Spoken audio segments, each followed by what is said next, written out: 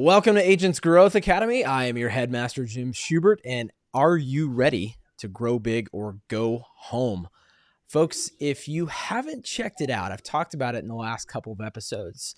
If you're looking for ways to give first in the sales process before you receive, to really change your mindset and how you can attract people to you and truly serve them by serving them first, go to agentsgrowthacademy.com/sales. And I've got a great download of some examples of how you can do that yourself. So agentsgrowthacademy.com/sales and grab that download. I think you'll really enjoy it.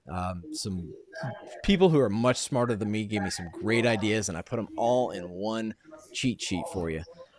Folks, I am super excited today to welcome Sean Stewart.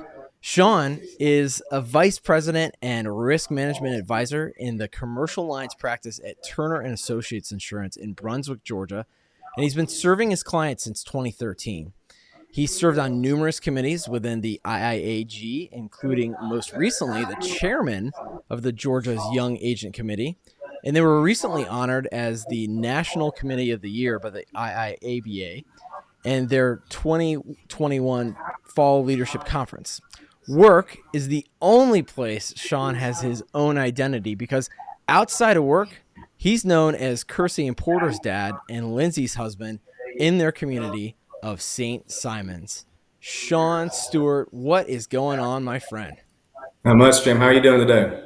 I'm doing well, sir. Doing well. You look like you're backlit by the light of God.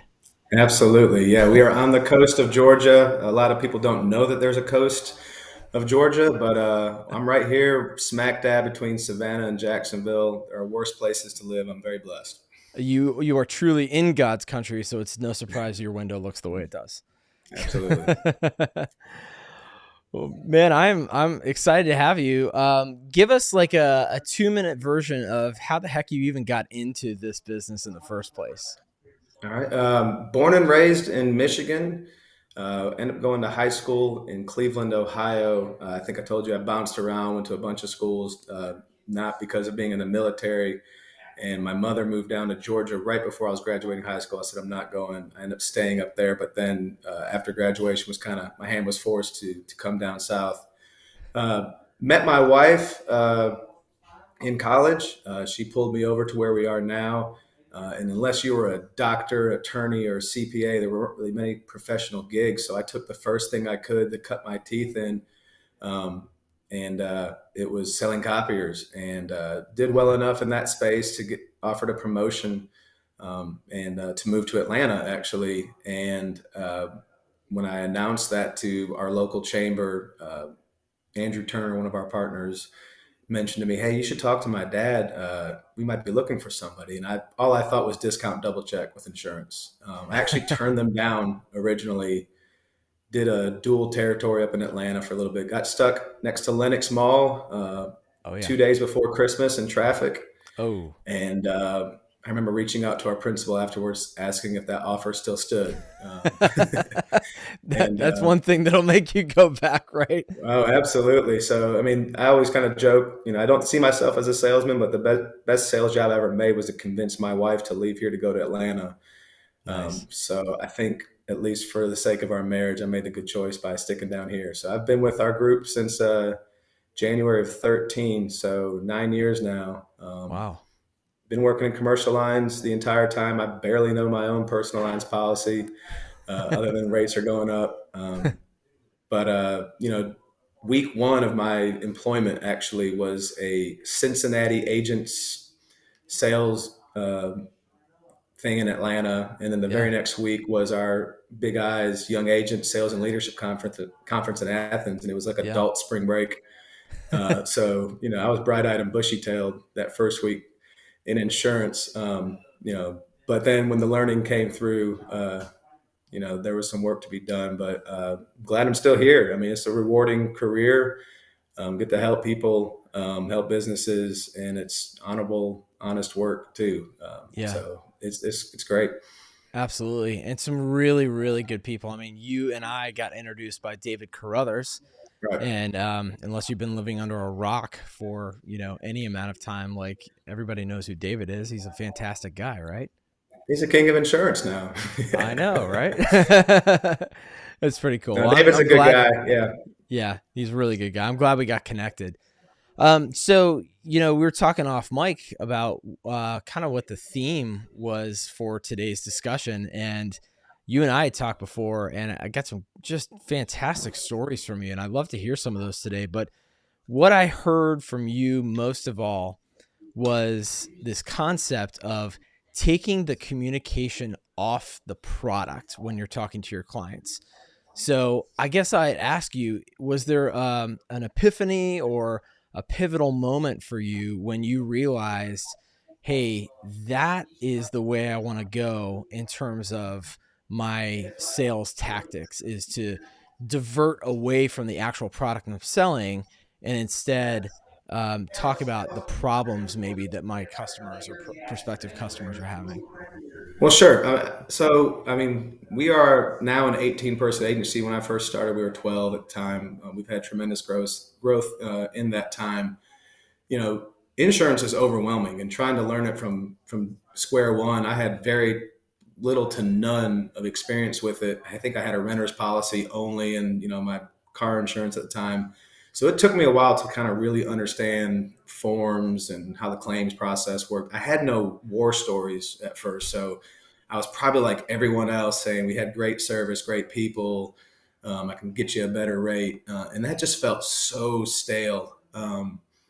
And so kind of just getting out, and while I'm still learning insurance, just talking to people, there was no struggle for people in that. That was a messaging that everyone came in with, and I didn't want to be a sales guy. Mm-hmm. In the industry I was before, I was a sales guy, and so the way I kind of see it is within our four walls. We are churning out as a sales organization. That's for sure. We need revenue, so that our employees can be well compensated. But to the people who are hearing, or that we're trying to go out to attract as prospective clients, they want to know, what can you do for them? Yeah. And if you can't offer them something that helps them make progress, outside of a policy and a premium, then what good are you? Because they can get that from anyone else. And so I think I heard early the adage was, if you win by price, you can lose by price. And so, Yeah. okay, what then? How can I help my clients need me? And so until I could develop my own war stories, and war stories, I mean, it sounds real insensitive, saying that's other people's claims and issues and whatnot. Yeah. But that's where it was just, hey, did you know that this could be an issue? And it's not even claims. It was just a matter of, I don't want to talk about policy and premium, because at first I didn't know what it was. I didn't know what was in the policy. Yeah. Tell me about your business. Tell me what was going on. Um, and then from there, let's try to find some solutions for you. Yeah. Everyone's got problems, and let's find some solutions. If insurance is an answer for that, then let's talk about that. But if there's other things you can do, let's find ways to do that. And once you kind of broke it down to just being solutions based versus, let me force feed you a policy and a premium that's hopefully better than the one you have now, then maybe we can have a relationship. Yeah. Absolutely. There were a couple of things that you and I were talking about that I'd love for you to share with the audience. Just a couple of concepts and tactics that maybe they can employ themselves. One you defined as the jobs to be done sales strategy, and another Right. is the judicial hellhole tactic. Can you talk to us about those? Yeah. So, jobs to be done, is a theory from a Harvard business professor that states basically, I'm just surmising it, but people don't buy products; they hire them to help them make progress. Mm-hmm.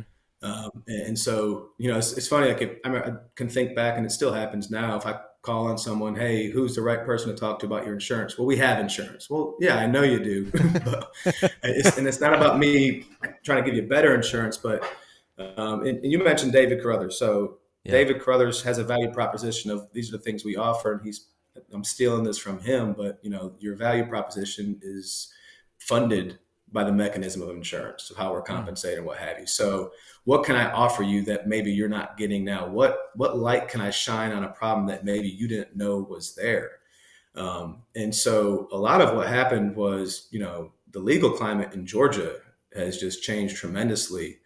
So the Judicial Hellhole is actually a publication that gets put out annually by the American Trial or Tort Reform Association. Mm-hmm. Georgia landed on it for the first time last year at number 6. And it basically just talks about where do settlements and claims outpace damages in the Mm-hmm. country. And so we weren't even, it wasn't 6 or 5 states in front of us. It was specific municipalities and what have you. Well, and I need to actually update my talk track with this because a new report just came out and Georgia's third now. Oh, We're right behind New York and California. wow. And California's 1, New York's 2. The expense and spend for legal services advertisement, only 2 states are on par with each other for what their spend is, and it's Georgia and California. And so it's a publication that comes out and talks about all these, verdicts that again outpace what the damages are. Mm-hmm. And we've had nuclear verdicts of auto accidents, trucking accidents, where damages were in the 270,000 or $270 million in damages awarded. You had a couple Kroger incidents where awards were of 84 million for a person being paralyzed. There was a slip and fall in Marietta for 1.2 million. But there's always just different case study that says, hey, if you're sued in Georgia, you don't stand that great a chance if they can establish certain things. And one of those things that we talk about then too is negligent entrustment. If we make this list again, it's going to be negligent entrustment. I don't want to bore the audience with that, but I work in commercial insurance and I like to work with contractors. And negligent entrustment is essentially that you allowed someone access and use of your vehicle and you knew that they were either incompetent, reckless, or inexperienced. And then they got in an accident and were negligent. Insurance is supposed to make someone whole. But if they can establish that negligent entrustment, then that's where a punitive measure can come in. And if punitive damages are assigned, there's not insurance for that more often than not.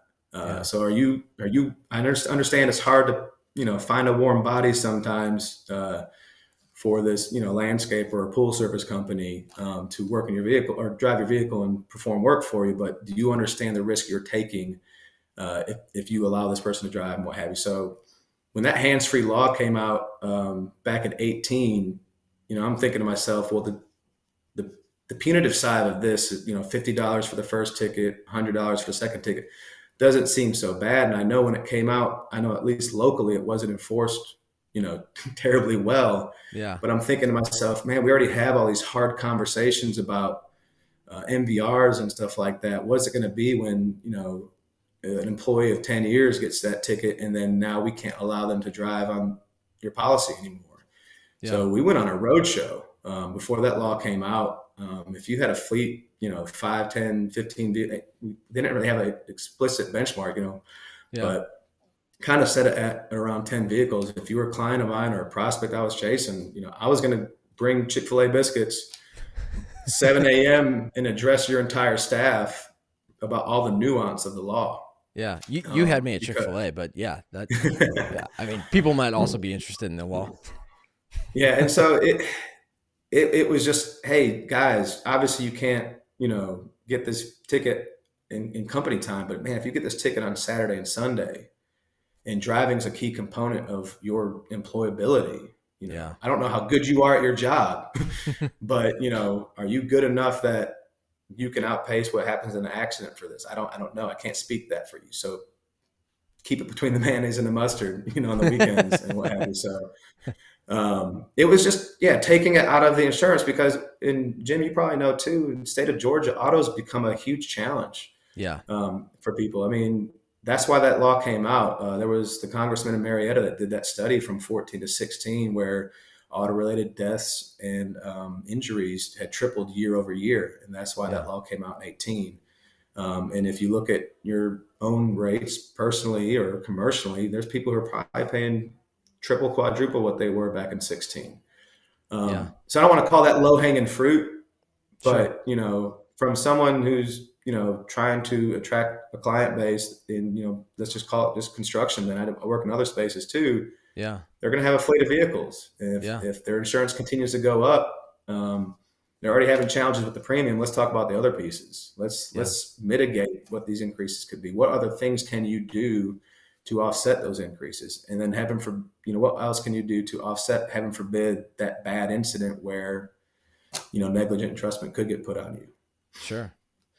And what's the response you're getting from folks that you're introducing these concepts to or having these talks Well, with? so I had that conversation today with a client actually, and he's smaller, but I consider him a friend. And he's like, "Well, I might have to make a business decision." I'm like, "Well, your business decision could put you out of business," Yeah.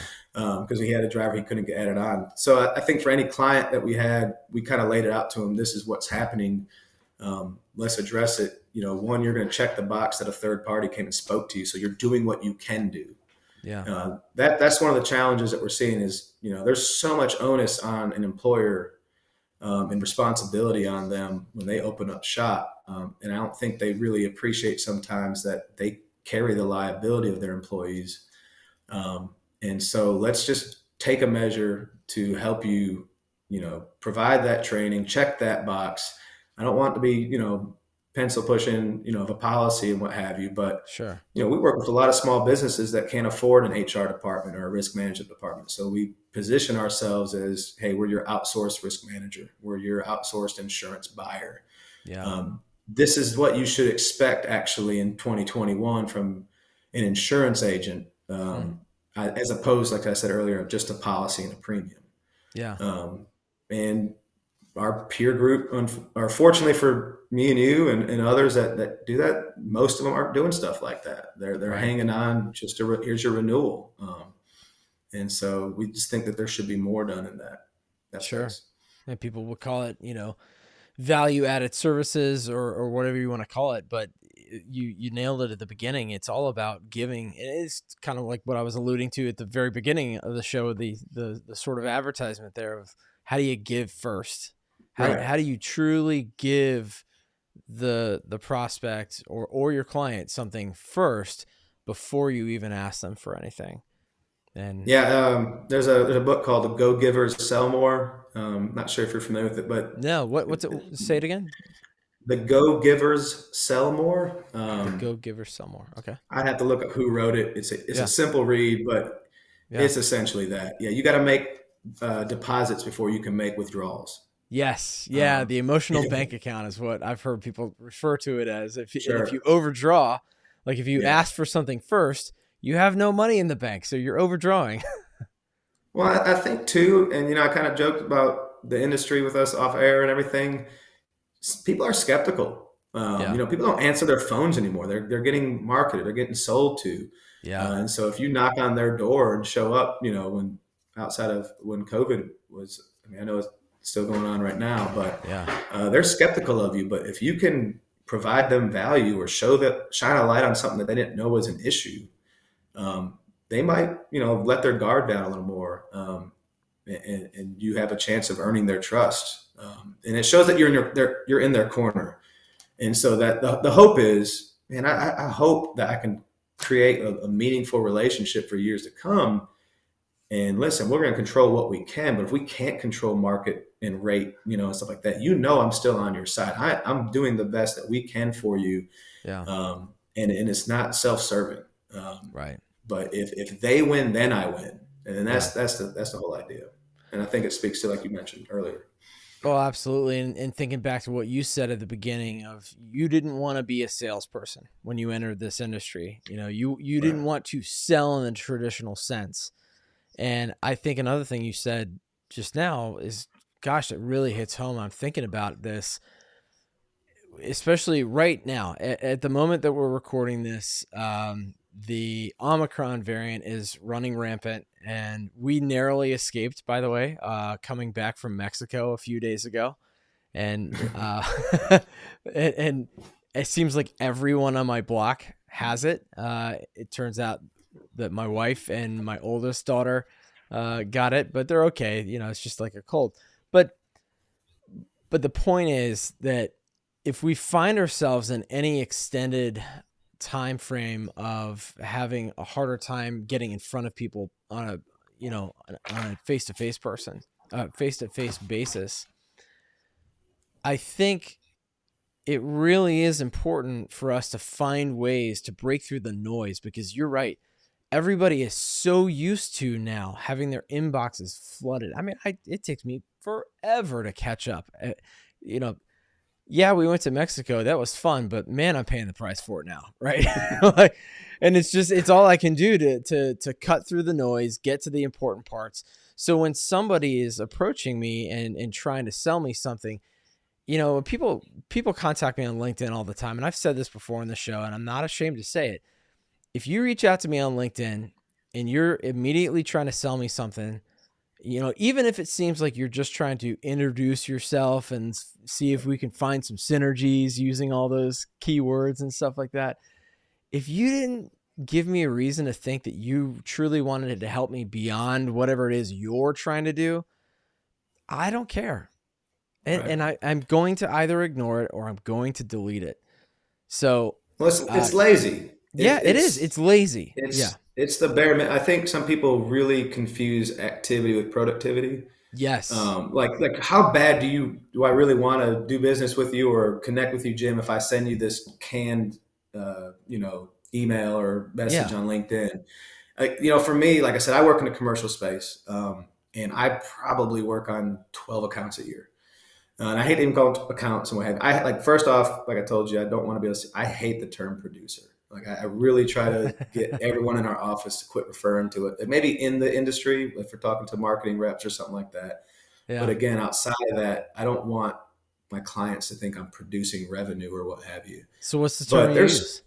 I mean, yeah, I'm probably being lazy on that too. It's the cliche one of risk management Well, advisor. no, but Uh, I don't think that's lazy though. It speaks to what we do, right? right.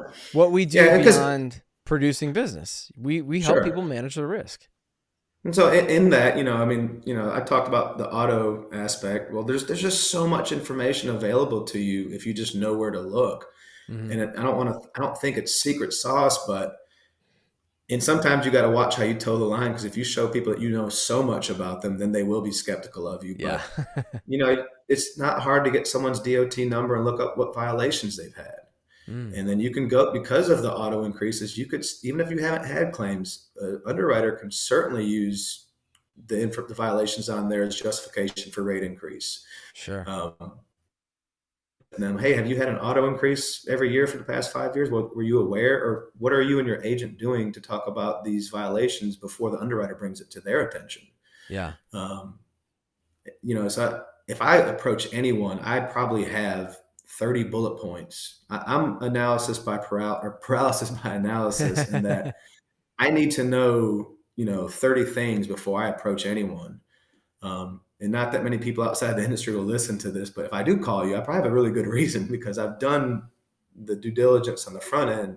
I think I might have a solution, but I won't know until I get in there. You may not. It may just be a pain. I think we also think pain means that it's the audacity of our industry that everyone can be a prospect. That Yeah. I have a solution for everyone. Then, Yeah. well, no. I mean, they're doing it already, like we talked about earlier. Yeah. Is it a struggle? And if it's not a struggle, do they realize they're struggling versus the person next door? And so we want to illuminate that. They might say, well, yeah, I know that already. Well, then, okay, then you probably have something in place for it. If not, let's talk. Yeah. That's There's too much available. You can't walk in cold. I mean, or call cold or email cold or sure. what have you. It's lazy. And it's a shame for our industry that that's been acceptable or just Mm. how things have gone. But then that's why there's opportunity, for me and others that want to work in that light. I love that idea of putting a number to it. For you, it's 30 pieces of information. And you're right. There's all different kinds of sources that you can use, like DOT. What are some of the other sources that you would encourage other agents to think about using to find out information? I mean, obviously the Yeah. internet, but like what? Well, yeah. What So, would I you mean, propose? go check the website first. Find out, go Yeah. check the Secretary of State site to see Mm-hmm. who are listed officers. Okay. Um, check all the socials, LinkedIn, Facebook, Instagram. Do I have any common connections to them? Then I want to Sure. find out. I found a prospect one time. I knew all the things competitively of what I could offer them. Auto. Well, I've looked up the work comp carrier. I knew what the loss cost multiplier was for that code by looking on NCCI's website. Yeah. So by knowing the work comp carrier, I knew the auto carrier. There's kind of this little trail you have. But then I went and looked on Facebook, and I saw that they were big fans of a band. And I was like, oh, they're playing whenever. And so out of my own money, I was like, listen, you don't know me from John, but here's 2 tickets to this concert. Take your wife. I just want 30 minutes of your time. And honest, but it was, but I figured, hey, I know how many vehicles are registered DOT, like, so I can kind of tell my mind, okay, this is going to be an investment right here. Yeah. But I found all these things. I found that band. They're playing. If you're not going, here's 2 tickets. Go on me. Just give me 30 minutes of your time. Break through the noise. Did it work? Yeah, they've been a client for 6 years. And I consider them a Oh great man, friend that's now. awesome. So, let's see what else is there. Secretary of State site. Mentioned that. The socials. Another thing too is go look on the county site. Look at how if they have property. Mm, Who's it? Who's the county site show that it's owned by? I can't yeah. tell you how many times you'll go in and see a property policy and they don't have that additional insured listed on there, Mm-hmm. of that other entity. Like they bought it in some real estate holding company, or there's no lease in place between them and the actual manufacturing company, or whatever it may be. Yeah. And just bring that to their attention. Yeah. You want to ask them questions that create space in their mind that they say, huh, I hadn't thought of that. Or why hasn't my agent brought that up to me? Yes. Um, and Yes. that's what it is. I mean, I remember when I finally kind of started understanding insurance, and I would go meet with the clients, and we would create our own proposal. I'm just sitting there, and it's just like, oh, this sucks. I hate going over each page. So it's just like, well, what could be an issue for them? What are we not talking about? And it's good to build rapport. I mean, I want to know about their family and stuff like that too. And I think that I'm personable enough. Maybe not for everybody, but I think Yeah. people will like me in general. But man, I got to just create value. I need to show job security. Here's a reason why you should keep me around. Sure. And so it's tireless. And right now there's certain hot button issues, and they'll change next year probably. So just got to stay ahead of that. That's awesome. I keep like finding these nuggets that you're saying, like, I gotta have job security with my client. That's a great Right. way to look at it. That's a great way to look Yeah, at I it. mean, I think the adage I've done to folks is like, I mean, it's one thing to compete against a direct writer like a State Farm or a Federated and what have you and Sure. stuff like that. That the carrier doesn't write my paycheck; you write my paycheck.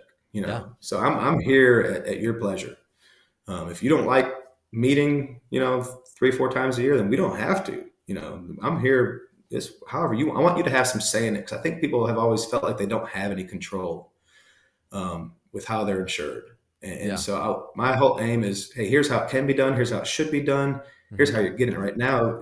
Maybe you don't want the full fledged, or if you want to fall someone in between, let me know. Like, let you have some say in this.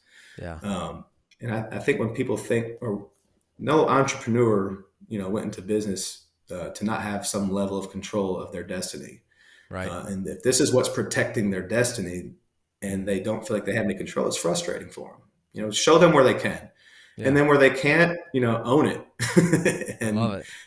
have the adult conversation with them. And I think if you prepare them for that, and you can kind of call the next step of how they can anticipate, then they can plan for that and they can prepare, and that's what they do with any other lane of their operation. So, Yeah. Preach it, brother Sean. I love it, man. This is some really good content. I'm excited. I'm excited. I think our audience is going to be excited to listen to this. All right, you ready for the rapid fire round, sir? let's do it. Let's get under the hood of Sean Stewart and see what's going on. All What's right. one piece of technology or software that you can't live without? All right, so I am gonna go professionally on here, and I told you I'd be boring at first with the calendar and stuff. I'm gonna give you two. I'm gonna Okay. give you two. So I Awesome. mean, I probably cover a geographic area of clientele that goes 3 hours west, 3 hours north, 4 hours northwest, and there's an app called Road Trip Warrior. Huh. And so I'm trying to have more than one meeting when I go the furthest distances and what have you. So you just enter in, I think, up to a dozen addresses. It gives you the preferred route to get you back home in optimal time.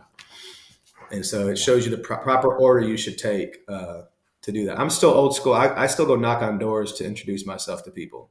I love it. Um, and so I got a guy in my office that he's a cold calling machine, warm call machine, but he'll make 500 calls a week. I can't do that. Yeah, I got to shake your hand before I pepper you on the phone or by email, and I love it. or fist bumps now. Yep. Yeah. But COVID. Yeah. So wait, let me and make then sure I understand. So if you plug like 12 locations into that, it's going to tell you the most efficient route to get to each one. Like, hey, go in this order, and then here's the yeah, I want best to way to. start here. Yeah, you give them the start and the end, and then you fill everything in. So if it's home and home, Okay. then you fill in the other addresses in between. And it shows you how to get there and back most efficiently. And then you just Because kind of keep it I'll running in the background, and then like, okay, now I'll go to yeah my next one, and it takes you there. yep Oh, that's brilliant. yeah. Love it. Um, yeah, that's been great because I mean I'll go to multiple towns if they're in a certain. I kind of created. If you think about, I have clients outside of this geography footprint, but I Sure. kind of have made 5 different boroughs of Southeast Georgia. If I Yeah. go to borough one, then here's who I want to visit in this 12 city radius over here. So, and it's been very helpful. It's got me home on time for dinner. So. That's what's really Um, important. All that's important. right. What's the And then the second one? second one's called Notability. Um, I think since day one, I was told that we were trying to become paperless in our office, and that we're probably worse off now. And I still am trying to get rid of all the folders I have for each client. But Notability is a note-taking app on my iPad, and it's way better now that I have a Apple Pencil compatible iPad. But I have essentially a file for each of my clients. So every time we meet, I have running notes that I keep for them, but I can also import PDFs.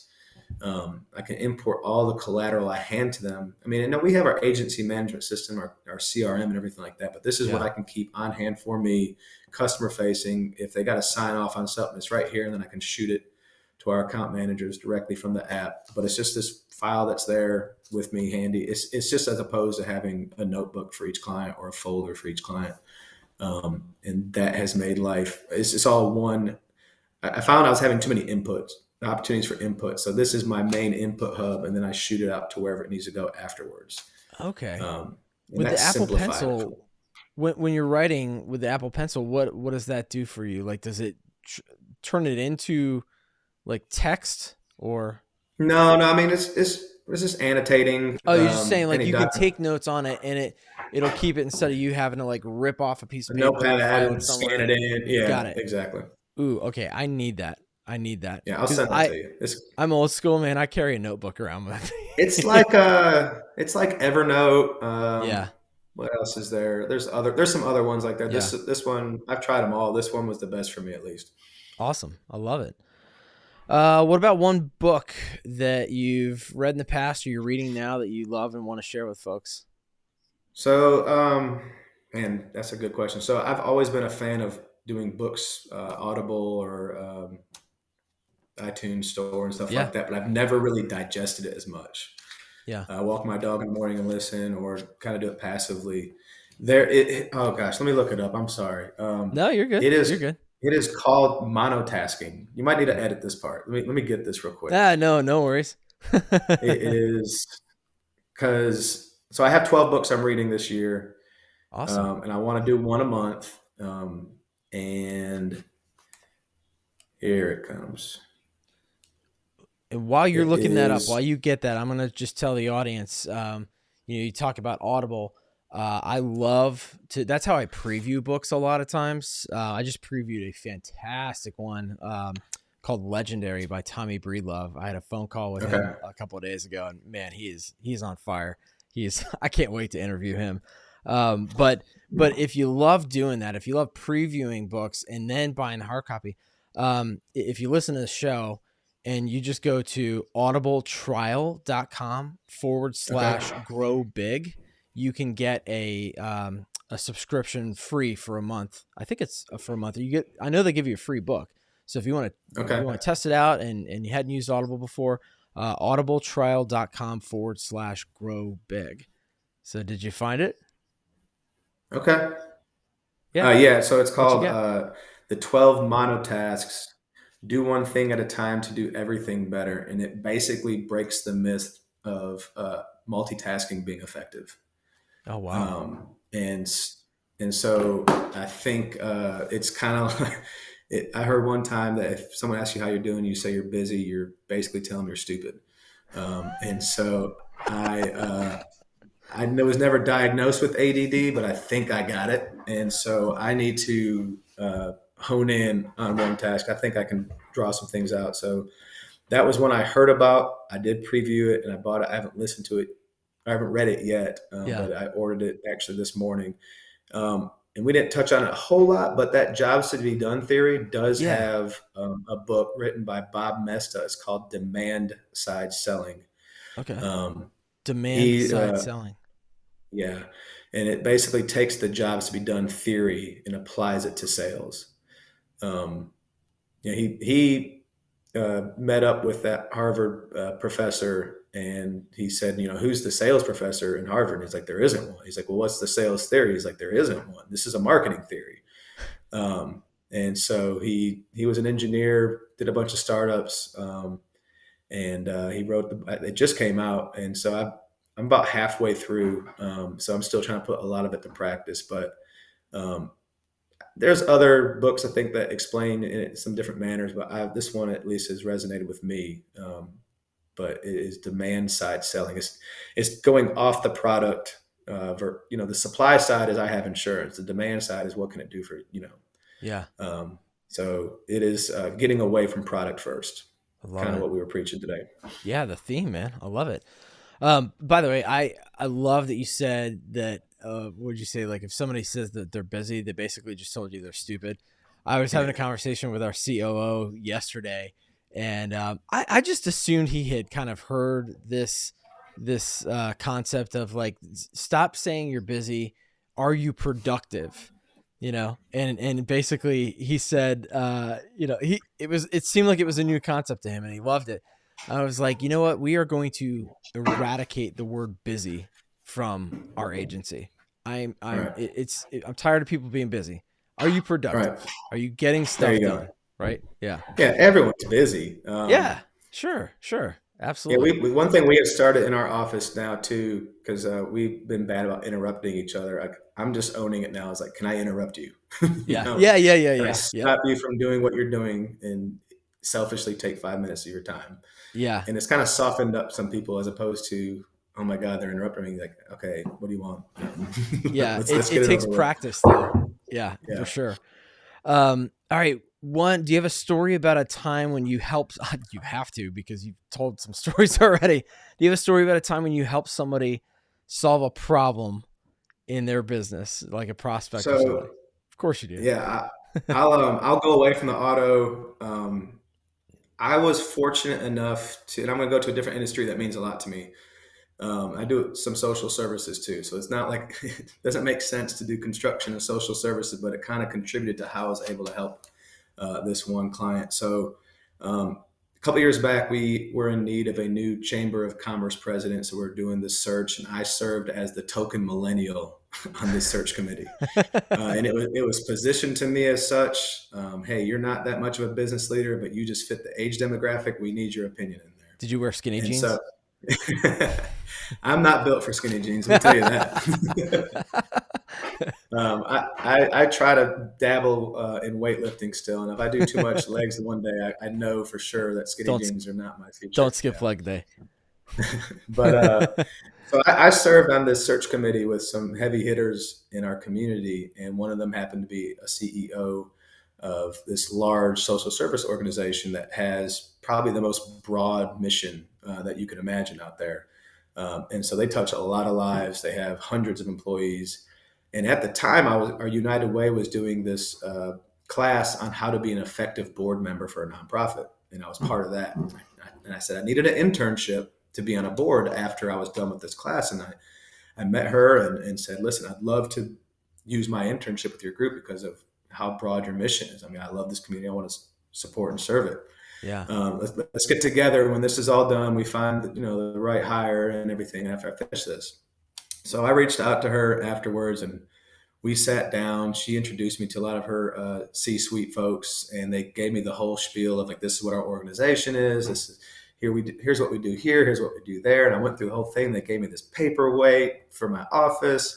And then it came down to, hey, we actually choose our board in this fashion. It may not be the best fit for you right now.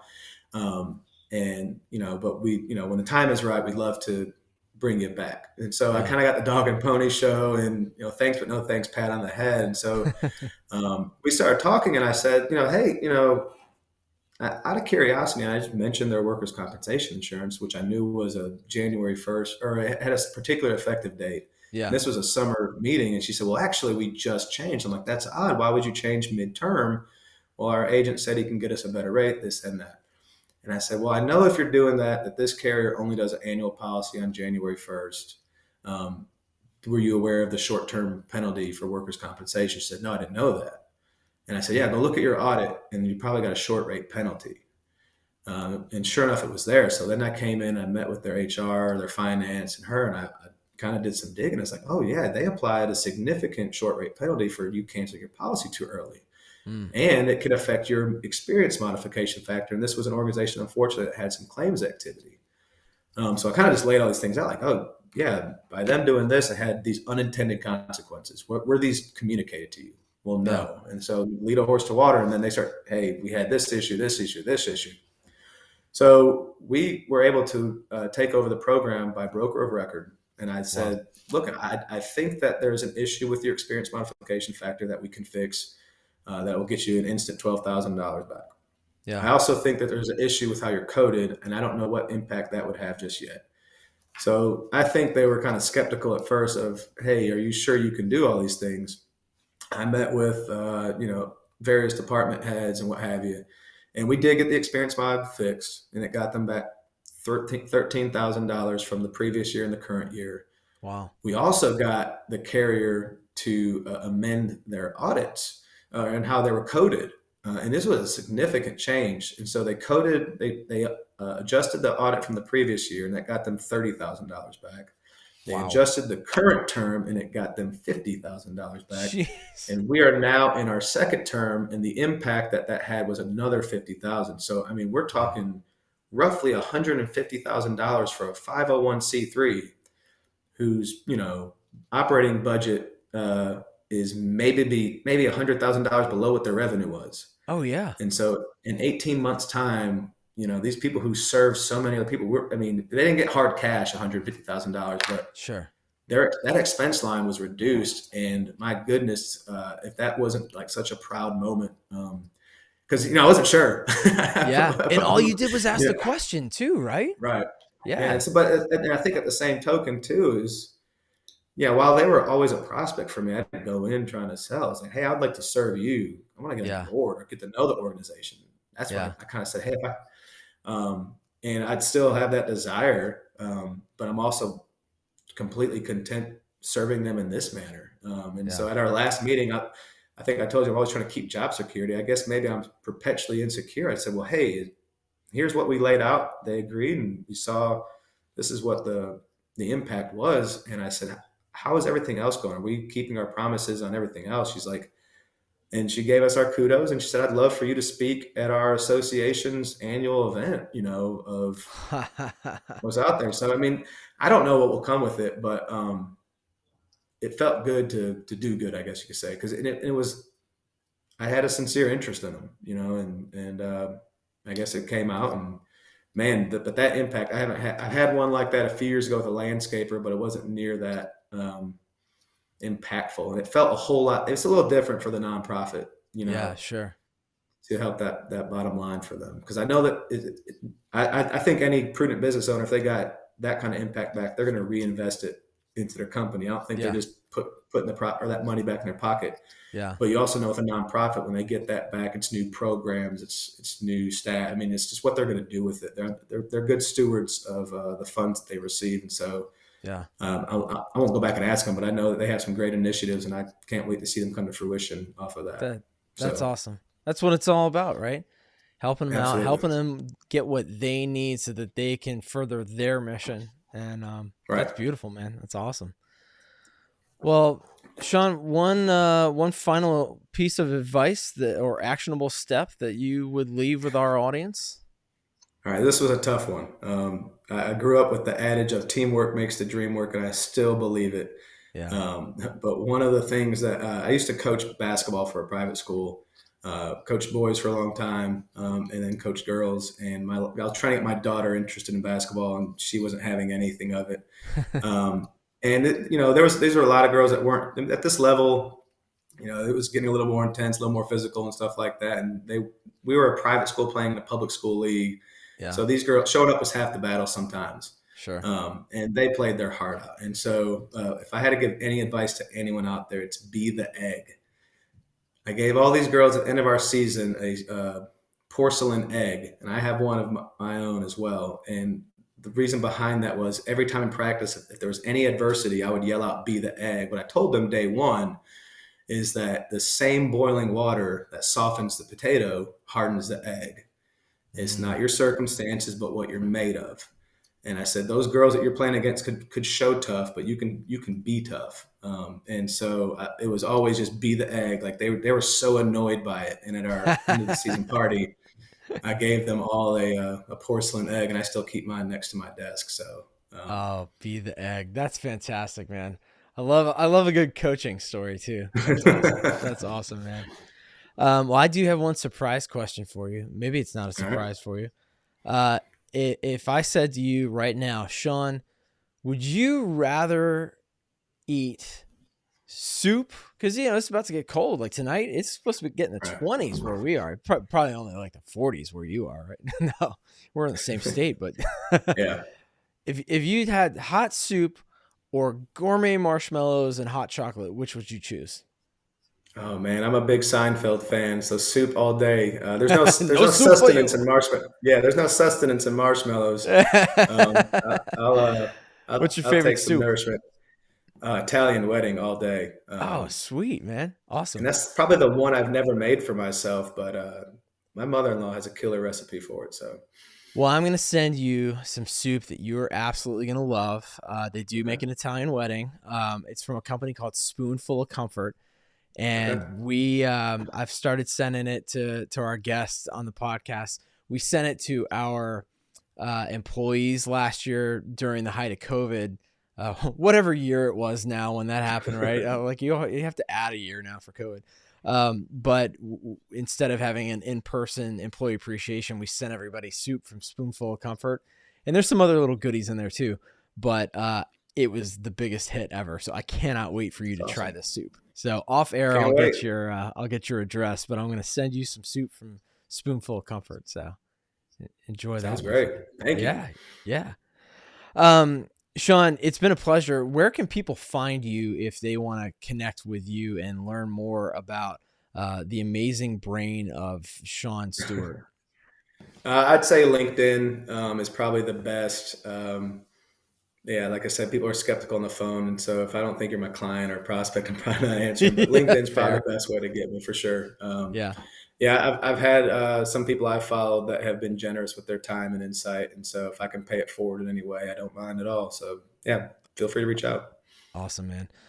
Well, Sean, it's been a pleasure. Stick around. I'm going to sign off the show here, but folks, thanks for sticking with us. I think you got a big treat today. You learned a lot from Sean, and I hope you grow big or go home.